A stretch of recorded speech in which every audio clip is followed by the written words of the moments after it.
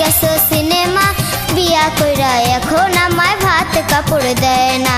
শোনেন শোনেন গ্রামবাসী শোনেন সত্য ঘটনা, আমার বউ যে মিথ্যা কইছে একটা সত্য না। শোনেন শোনেন গ্রামবাসী শোনেন সত্য ঘটনা, বিয়া কইরা এখন আমায় ভাত কাপড় দেয় না। শোনেন শোনেন গ্রামবাসী শোনেন সত্য ঘটনা, আমার বউ যে মিথ্যা কইছে একটা সত্য না।